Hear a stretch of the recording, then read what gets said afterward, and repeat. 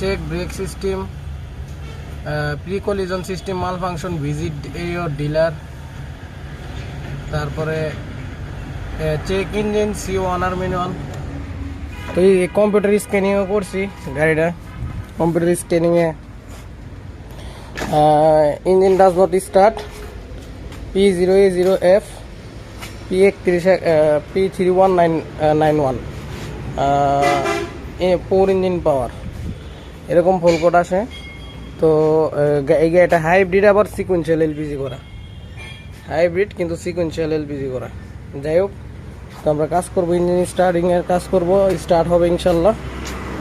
তো এই যে এটার অবস্থা দেখেন, ব্যাটারি, এটার জীবনে গাড়ি কেনার বয়সে ব্যাটারি ওয়াশ করে না, আর গাড়িটার যত্ন করে না ঠিক মতো। এই যে এই দিক দিয়ে কত ময়লা।